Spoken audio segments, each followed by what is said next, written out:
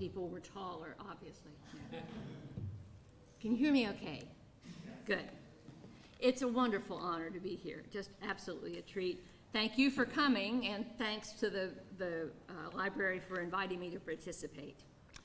In Taming the Street, I let Franklin D. Roosevelt make the case for regulating the world of finance, a world whose impulses are just as ruthless today as they were when he first took office in 1933. Now, I tell this story through the lives of four key characters. Front and center, of course, is Roosevelt himself. By his side are two of his most consequential allies in this fight, Joseph P. Kennedy and William O. Douglas. For me as a writer, Joe Kennedy was a paradox, a supporter of the New Deal, while still a brazen speculator on Wall Street. In the early 1920s, he told a friend, "It's easy to make money in this market. We better get in before they pass a law against it." He grew rich in the Jazz Age market as a high-stakes speculator and richer still as a Hollywood deal-maker. But as the Depression deepened, Kennedy came to see Roosevelt as the only man who could save America from an uprising by its suffering citizens, a breakdown in the social order aimed precisely at rich men like Joe Kennedy. To prevent that, he put his money and his media connections to work to help elect Roosevelt in 1932, 1936, and 1940. As the first chairman of the Securities and Exchange Commission, Wall Street's primary watchdog, he was vital to the success of FDR's Wall Street reforms. But as I show, their relationship later would sour and shift as war engulfed Europe and Kennedy pushed FDR to be more accommodating toward Hitler. If Kennedy was FDR's unreliable ally, William O. Douglas was the true blue sidekick who rode with him to the end of the trail. By 1929, Bill Douglas was a young Western-born law professor at Yale who had an encyclopedic knowledge of the corrupt corporate bankruptcy process. Douglas shared FDR's contempt for Wall Street shenanigans. As the third and most consequential chairman of the SEC, he was abrupt, fiercely ambitious, sometimes abrasive, but he never faltered in his support for FDR's financial reforms. My fourth character is Richard Whitney, the president of the New York Stock Exchange and FDR's fiercest Wall Street adversary. On a very bad day, early in the 1929 crash, Whitney had galvanized the exchange floor by striding from post to post, confidently placing orders for tens of thousands of shares. Given his ties to the august firm of J.P. Morgan, where his brother was a partner, his buying spree made panicky traders think that the big bankers were going to save the bull market after all. Well, it was far too little and much too late to do that. But that brief rallying campaign made Dick Whitney nationally famous literally overnight. A few years later, he emerged as the natural candidate to lead Wall Street's opposition to the New Deal. Obviously, a great many other people were involved in reforming Wall Street under the New Deal. Some, John Foster Dulles, Dean Acheson, Fiorello LaGuardia, just to name a few, have supporting roles in my story. But listing all of them would create an encyclopedia, not a narrative history. So I asked, who are the indispensable figures? And I settled on these four. Subtract any one of them, and the legacy of the New Deal on Wall Street would have been radically different. Financial markets are the central nervous system of capitalism. How those markets should operate was a fundamental debate in the 1930s. Dick Whitney believed wise stewardship by Wall Street's elite would let the benefits of capitalism flow indirectly to the rest of us. FDR, Joe Kennedy, and Bill Douglas questioned how long ordinary Americans would tolerate a form of unregulated capitalism that put its heaviest burdens, long hours, low wages, the constant risk of being fired or injured, on the little guys, while putting its richest rewards in the pockets of the big guys. During the pivotal decade from 1929 to 1939, the work of these four flawed but remarkable men would fundamentally change the way America's financial system worked. With the New Deal, Roosevelt fought to make Wall Street a fairer place, where ordinary Americans could pursue their own prosperity, saving money in well-regulated banks and investing their savings in a well-regulated market. His 1933 Act required full disclosure to investors and curbed bank speculation. His 1934 Act created the SEC to fight fraud and market manipulation. The Holding Company Act in 1935 regulated powerful utility conglomerates, which were as powerful in driving the economy then as Silicon Valley is today.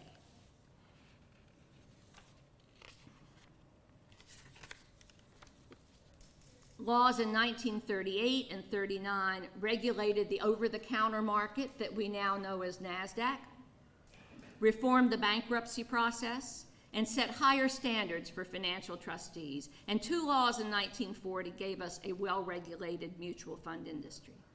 We simply would not recognize the financial landscape today if these laws had not been put in place. FDR's financial reforms would help build America's post-war middle class and would make the American marketplace the envy of the world. Now, one would assume that such an historic shift in our nation's most fundamental economic systems would be indelibly printed on our national memory, but one would be wrong. It became clear to me that FDR's argument for taming the street still needs to be made to Americans today during an exchange I had a few years ago on the website once known as Twitter. I had posted a comment about a lawsuit filed by the SEC. They'd taken quick action against a con artist, freezing his bank account before he could get the money away.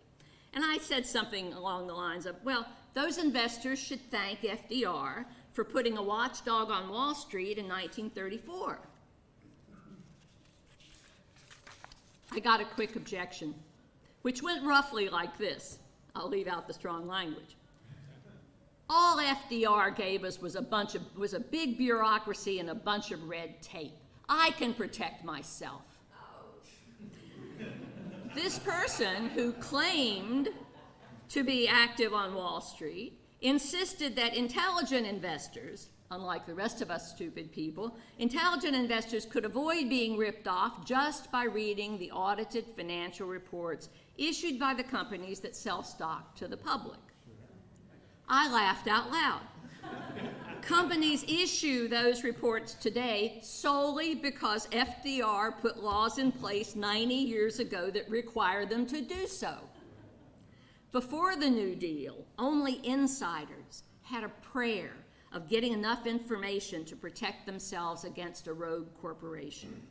How could anyone involved in Wall Street today not know that? Then last year we had a handful, excuse me, I'm getting throat here. Last year we had a handful of bank failures.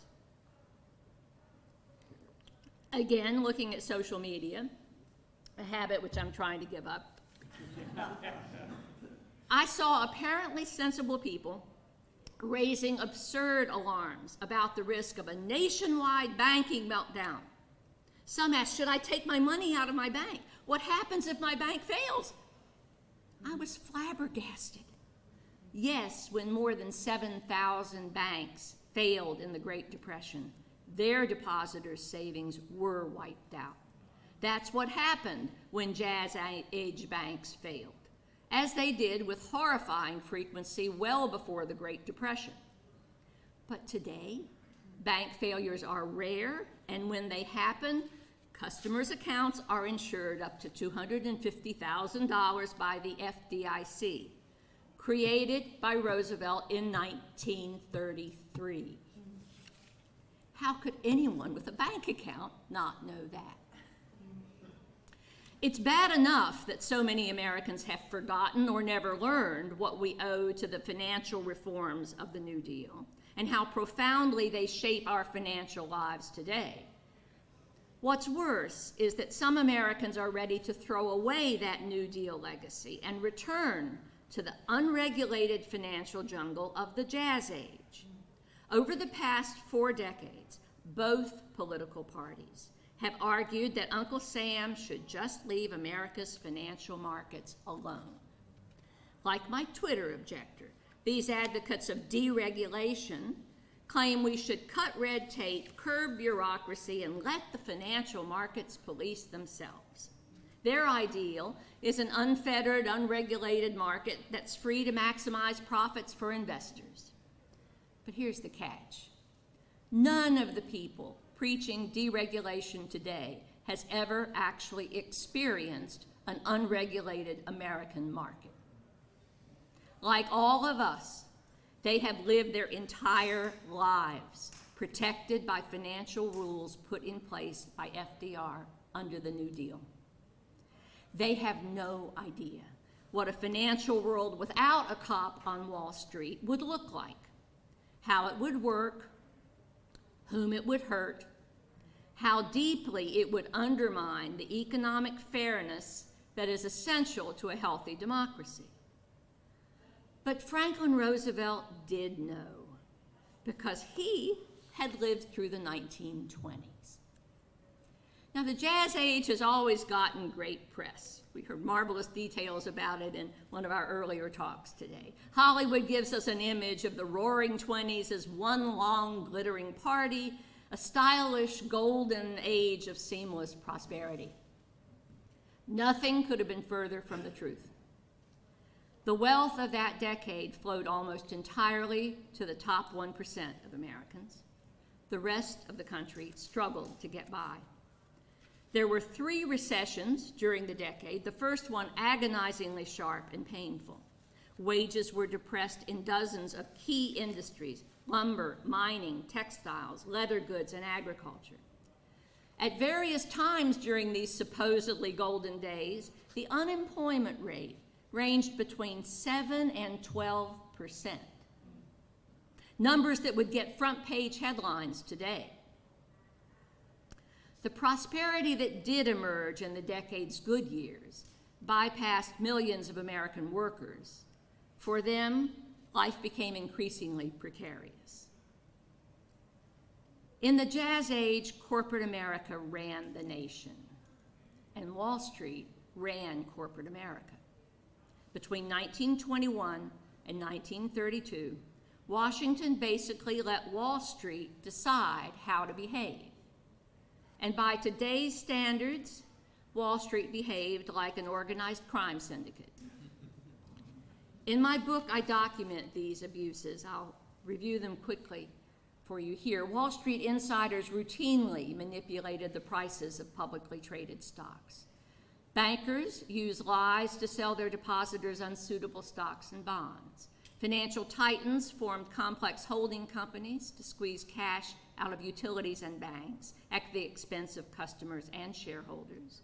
They cut secret deals riddled with conflicts of interest to claim the lion's share in corporate bankruptcies at the expense of small creditors.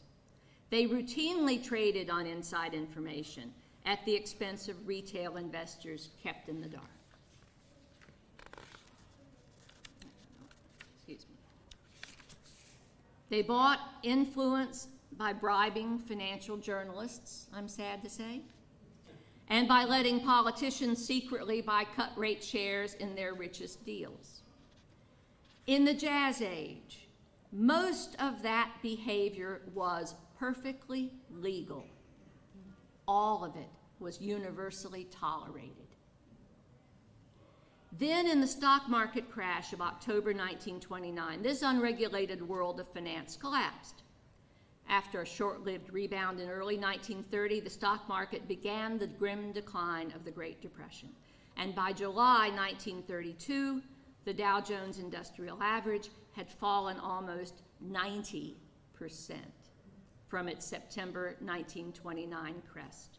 And the nation's economy had staggered almost to a halt. President Roosevelt tried to address the crisis with the tools of his ideology: tax cuts, cheerleading for business, calls for private charity to ease the suffering. But it soon became clear that Roosevelt's methods were tragically unequal to the needs of a desperate nation. Every cog in the machine that America relied on to earn its daily bread and to maintain civil order seemed to be breaking down under the stony weight of the worst hard times anyone could remember. Communists and anarchists infiltrated peaceful labor demonstrations, hoping to provoke police violence that would feed worker outrage and spark an uprising that would dismantle capitalism. The captains of industry, terrified of such an uprising, looked with growing admiration at the fascist leaders in Germany and Italy, who were dealing with their malcontents with deadly efficiency. So the nation that went to the polls and elected FDR on November 8, 1932, was balanced on a knife blade, ready to tip towards some strongman regime of the right or the left if democratic measures could not address the shattered economy and the widespread suffering. One story from that era captures how dangerous this day-to-day reality felt to those living through it. Soon after FDR was sworn in, this story goes, a White House visitor supposedly told him that if he could get us out of the Great Depression, he would be our greatest president. But if he failed, he would be our worst president. Roosevelt quickly corrected him. If he failed, he said, I will be our last president. By electing FDR, America was giving democracy one more chance to save the nation. And financial reform was the heart and soul of FDR's fight to do that. Financial reform was the heart and soul of FDR's fight to save the nation from the Great Depression. And yet, remarkably, few of the many wonderful biographies of Roosevelt pay more than passing attention to his epic battle to tame Wall Street. Now, I'm great admirers of all of those authors, and perhaps that fact is understandable. His was one of the most eventful and consequential presidencies in U.S. history. But the neglect of FDR's history of financial reform has left an opening for those who want to distort and destroy this precious New Deal legacy. As part of that distortion, some claim that FDR didn't have a clue about what the New Deal would do, that he kept voters in the dark in 1932 and won simply because he wasn't Herbert Hoover. As I show in my book, that is dead wrong. Roosevelt ran on a platform that unequivocally called for tighter government regulation of the financial markets. On the campaign trail, he could not have been more explicit about his plans to regulate stock exchanges, beef up bank regulation, and curb giant conglomerates. So in the election of 1932, a vote for FDR was a vote for an unprecedented change in the way Washington dealt with American capitalism and the way American capitalism dealt with the American people. Hoover knew it, Wall Street knew it, corporate America knew it, and the voters knew it. They elected Roosevelt specifically to transform the power balance between the plutocrats and the people, and he did just that. How he did that is the story I tell in Taming the Street. Part of my mission was simply to excavate a vivid, important story from the archives and put it before a general audience, to entertain readers who may think they don't know anything or care anything about finance with an account of a remarkable moment in America's past, filled with colorful characters. But another part of my mission was to awaken today's citizens to the importance of this legacy from the 1930s before we lose it. Ray Moley, a close aide of Roosevelt's, once observed that FDR had, quote, a very keen awareness that political democracy could not exist side by side with economic plutocracy. I think Roosevelt was right. A healthy democracy cannot survive without a fair economy. His wise response to the lopsided plutocratic economy of the 1920s protected our democracy in one of its darkest moments and helped usher in a period of greater economic fairness after World War II. But as I note in my book, his reforms have been under assault since they were enacted. And those attacks are becoming more severe every day.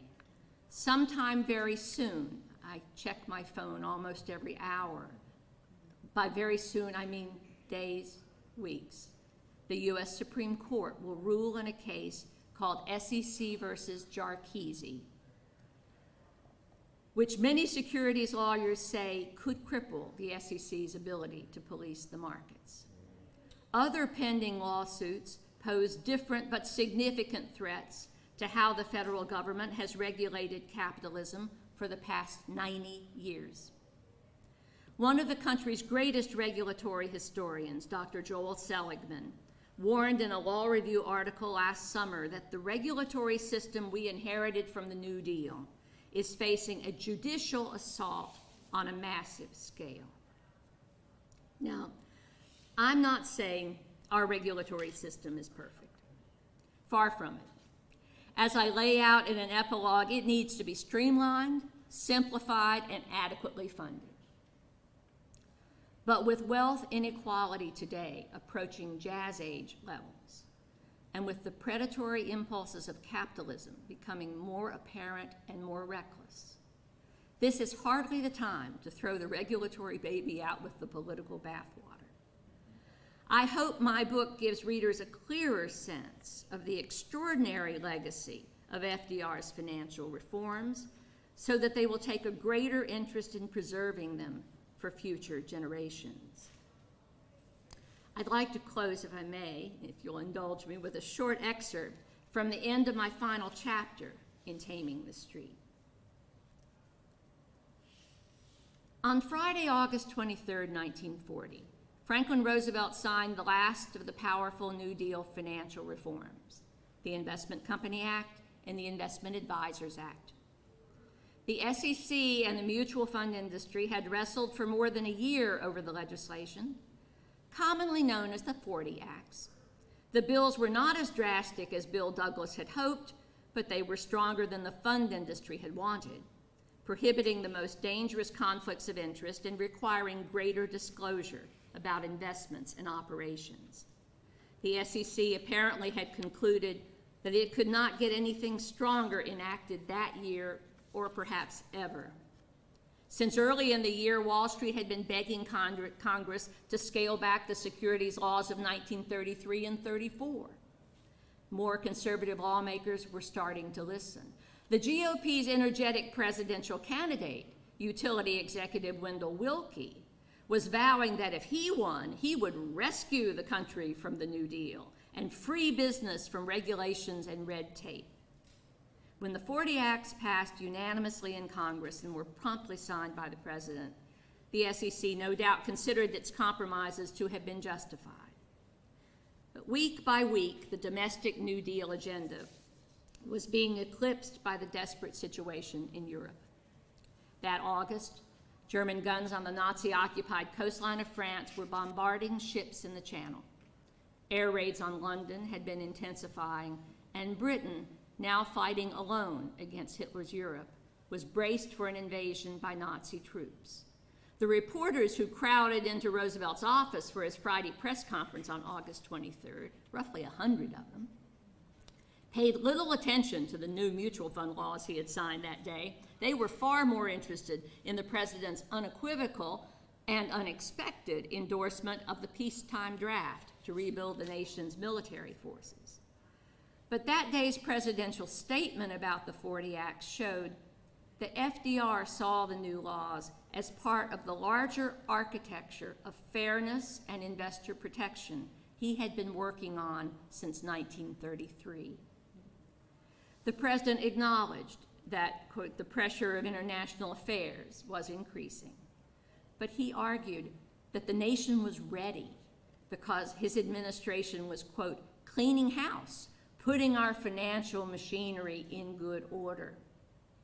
Defying Joe Kennedy's dark fears, FDR insisted his financial reforms would, quote, enable us to absorb the shock of any crisis. During the SEC, citing the SEC's wisdom and essential fairness in handling financial regulation, he added, "We have come a long way since the bleak days of 1929, when the market crash swept away the veil which up to then had hidden the behind-the-scenes activities of our high financiers." I wish I could do a good Franklin Roosevelt. "And showed all too clearly the sham and deceit which characterized so many of their actions."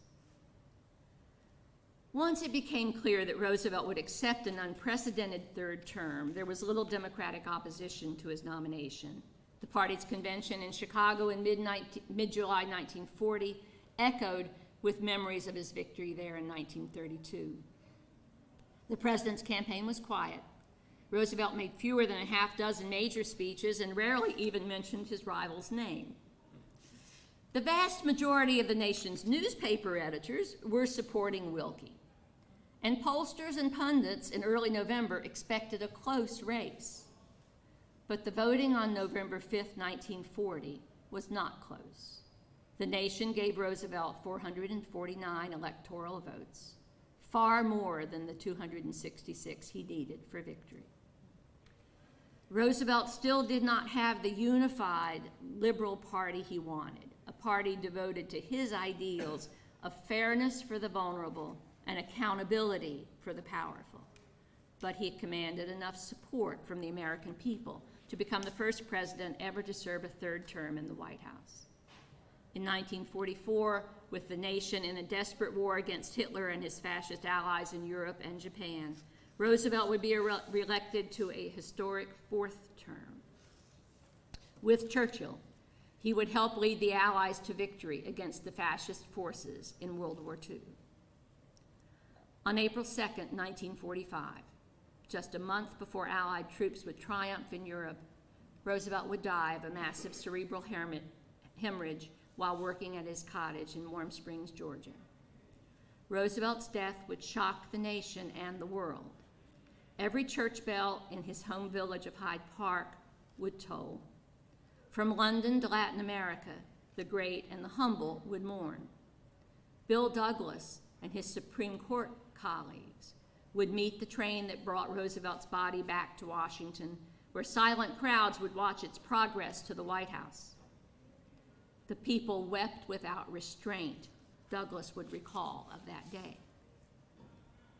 The morning after Roosevelt's death, before the opening bell at the New York Stock Exchange, traders would observe 2 minutes of silence before the day's business.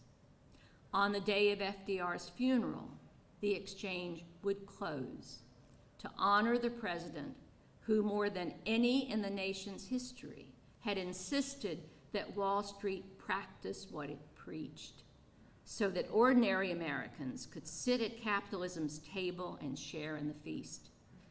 What Roosevelt did to produce a fairer future for America had been based on what he knew about the predatory past, when the paths to opportunity were tilted steeply against the many and in favor of the few. He had known in his soul that the health of American democracy depended on the fairness of America's economy. With the world still at war in 1945 and the national economy humming to equip the war effort, the memorials that would pour forth after Roosevelt's death would pay almost no attention to his long campaign for financial reform. but those reforms must be counted today as a precious part of the legacy he left to his country, and because his reforms eventually would be adopted in other capitalist countries to investors around the globe. Quote, the Roosevelt administration did not achieve all that it sought in federal securities regulation, one noted scholar concluded. But what it did achieve fundamentally transformed finance. And by transforming finance, Franklin Roosevelt, with the loyal energy of Bill Douglas, the short-lived support of Joe Kennedy, and the backhanded help of Dick Whitney, transformed the future and changed the world. Thank you. I look forward to your questions.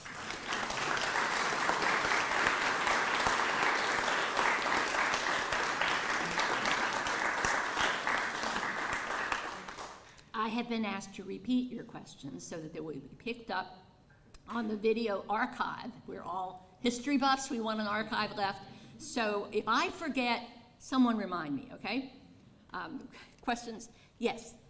What's your prescription for educating the public and getting the word out on these threats that right-wing politicians are trying to voice on, being supported by the plutocrats today?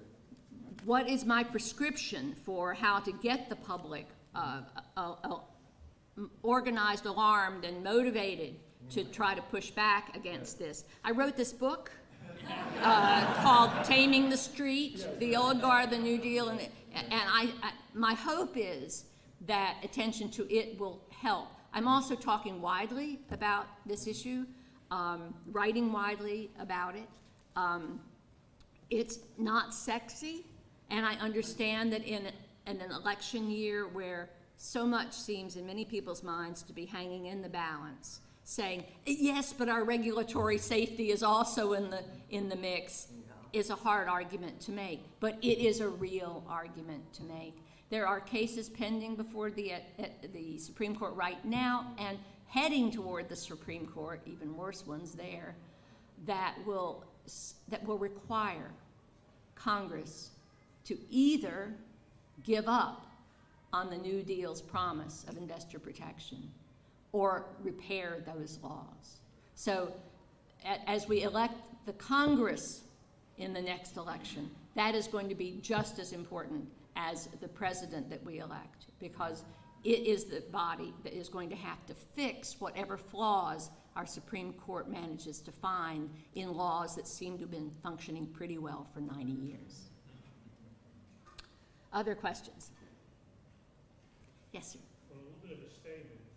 A successful democracy requires an educated, understanding citizenship to vote correctly, make the right decision. Okay, how do you get that word out when we're in the group here, probably the same political background to understand things? When you're told, well, take a look at your 401ks, take a look at your investments, what do you want to change? Well, why don't you, the question is, sustaining democracy requires people to be well educated and well informed, and in today's environment it is too easy to say to skeptics about deregulation, well, look at the stock market, look at your 401k. Stock market did pretty well in 1929. It was crooked as a dog's hind leg, but it did pretty well. If you were lucky enough and rich enough to be involved in it on the inside, where you could avoid the manipulations, where you could get ahead of the pump and dumps, you did fine. So, but what I would say to people is, okay, this is wealth that you have accumulated under the rules Roosevelt put in place.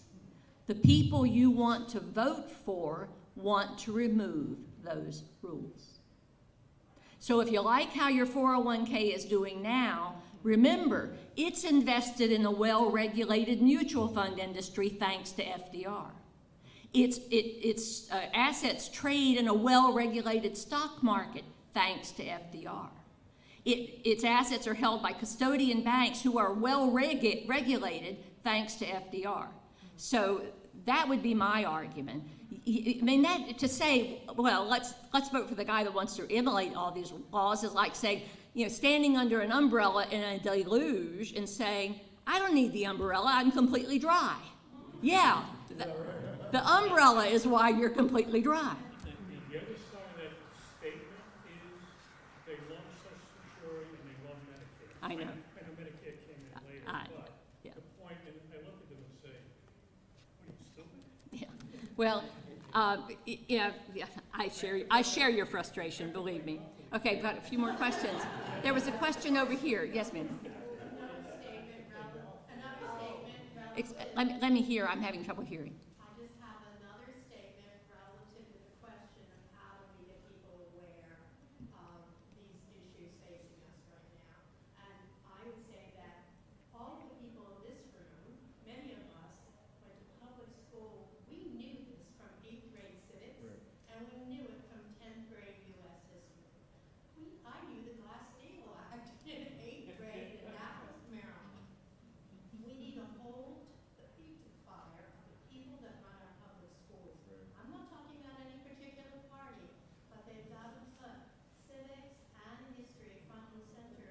So this stuff, the 8th graders of today, we're going to be building, Well, you won't find any. I'm sure you won't find any opposition in this world. I just have a little squibble on that note. Did you know that the Glass-Steagall Act, those of you who are so proud of knowing about the Glass-Steagall Act, it was actually the brainchild of Roosevelt's banking superintendent, a guy named Joe Broderick. Broderick stayed on as banking superintendent under Herbert Lehman when he succeeded Roosevelt as banking superintendent. And his experience in regulating the horrific banks during the several banking crises on FDR's watch that I describe in the book persuaded him that we needed to separate deposit-taking banks from securities underwriting banks. And in a hearing in Washington, he testified to a law that he was proposing in New York that would do that. Heading that hearing was Senator Carter Glass of Virginia. He'd never heard that idea before, and according to Glass's new biographer, Matthew Fink, who was a friend of mine, that was where the nugget was planted that grew into the Glass-Steagall Act. So FDR's actually helped bring that about as well. Other questions? Yes, ma'am. What's the status of that now? Because didn't Clinton They repeal got- that? The Glass-Steagall Act was repealed. Yes. Yes. Under Clinton. Yes. Now, yeah, it was repealed. Yeah. So that's the status of that now. So what's the result? I don't think there's a strong line of evidence that says that there's a direct link between the repeal of Glass-Steagall and the meltdown of 2008. Many people try to make that connection, but I'm not persuaded of it. Okay. Far more important to the meltdown of 2008 was the underfunding of the SEC, the neglect and underfunding of the SEC. In 2005, the SEC negotiated with Wall Street the right to audit its holding companies, which it did not previously have jurisdiction over. It had jurisdiction only over their securities brokerage firms. But it negotiated the power to look at the holding companies where the risk they felt could be more easily seen. And to get that, what they gave up was freeing the banks to get a little bit more risky in their investments. So that was a trade-off. Let us keep an eye on you, and you can do a little bit more risky activity. Do you know how many audits the SEC was able to do once it got that power? 0. It did not have the staff to do it. So that's far more important to the 2008 crisis than the repeal of Glass-Steagall. Yes, Paul. Do you think the GI Bill is part of the overall FDR economic plan? Oh, that's a wonderful question, Paul. Is the GI Bill part of this overall plan? It isn't in the litany of items that FDR himself included in his financial reforms. The GI Bill was conceived while he was still alive, but of course had its largest effects after the war, after he had passed away. Certainly its impact was a huge boost to the growth of the middle class in the post-war years. But I don't think it's actually could be counted as part of the financial reforms. Yes? So to what degree were these regulations conscious of in the writing the potential of regulatory capture? And I'm thinking specifically of the way that sometimes regulations can be written and interpreted in ways that favor large existing companies and make it actually more difficult for, say, small Yeah. entities, et cetera, to Yeah. Well, back in the days when they were first writing this is the carving them on stone up on the mount. Dick Whitney was praying for regulatory capture. Dick Whitney argued fiercely for the creation of a separate agency to regulate Wall Street. FDR's first preference was to have the Federal Trade Commission regulate Wall Street. That, in fact, is who regulated Wall Street under the 33 Act when it was enacted. James Landis, who became the second chair of the SEC, was assigned to the Federal Trade Commission and had a securities division there, and it was administering the 1933 Act. So the FTC, and at that point, I know it's hard for us to believe it now, although I'm watching what's happening under Lina Khan and getting real intrigued, but in those days, business was terrified of the FTC. That was the last agency they wanted to be regulating Wall Street. So Dick Whitney, pulling every string he could, twisting every arm he could, argued in favor of a separate commission, a separate agency that would regulate Wall Street. Take it out of the big old bureaucracy of the FTC, make it a separate agency. And Senator Carter, who was Carter Glass, who was extremely important in that negotiation, for his own reasons, he liked little government, not big government, decentralized government, agreed. So, but that almost became a fatal impediment to the bill in Congress because the New Dealers, also afraid of regulatory capture, said, no, we're not going to hand this over to Wall Street to co-opt. Roosevelt was able to persuade Sam Rayburn, who was a key floor manager for this bill, that he basically said, trust me on the appointments. Trust me on the appointments. Wall Street will not run this agency. And with that assurance, a separate agency was created. The fact of regulatory capture, the threat of regulatory capture has not gone away by any means. It waxes and wanes. But the original thought was that the appointments to the commission would be critical. And to my mind, that is where the modern system has let us down most significantly. Once upon a time in the New Deal, the people who were named to the Supreme Court, to the SEC, were giants. Giants in their field. The most knowledgeable, respected, authoritative voices on securities regulation. Can you name one today? Moreover, every SEC chair in Roosevelt's life had walk-in privileges in the Oval Office. If they had a problem, they didn't have to wait for an appointment on the president's schedule. Just stroll right in, Bill. Glad to see you, Joe. And Wall Street knew that. So Wall Street had to respect the power of the SEC because they knew Roosevelt had their back. So those were far more powerful antidotes to regulatory capture than we have today. Yes? Are there any rules that if you work at the SEC, you can't go right back to Wall Street back and forth? In other words, you don't want Wall Street people There are. themselves. Are there revolving door rules at the SEC?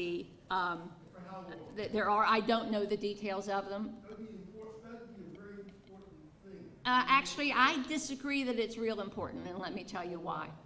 Okay, if I'm looking to hire a crackerjack lawyer that's going to be able to knock kneecaps in the courtroom on my behalf, I am not going to look for an SEC lawyer that let me twist his arm.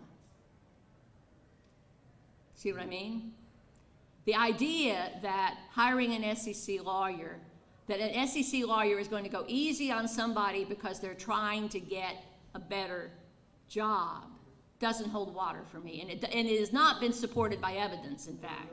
Like, there have been studies that have been done. And you know, the pushover SEC lawyer is not going to get hired by Goldman Sachs. It's going to be the pit bull that took a bite out of your ankle and never let go that they're going to try to recruit. So I think the revolving door is way down our list of problems right now. Keeping the SEC able to enforce the laws after Jarkizi is way up here on our problems. We have time for just about one more question. Yes. Could you talk a little bit about what happened to Mr. Whitney later on? You want me to give away my book? Well, it's history, so I can't really say, wait and see. Yes, Dick Whitney opposed virtually everything Roosevelt wanted to do in reforming Wall Street. And in a dramatic series of events that I detail in the last couple of chapters of Taming the Street, he was exposed in early 1938 as a crook. He had been an embezzler for more than a decade. The entire time he was president of the New York Stock Exchange, he was a crook.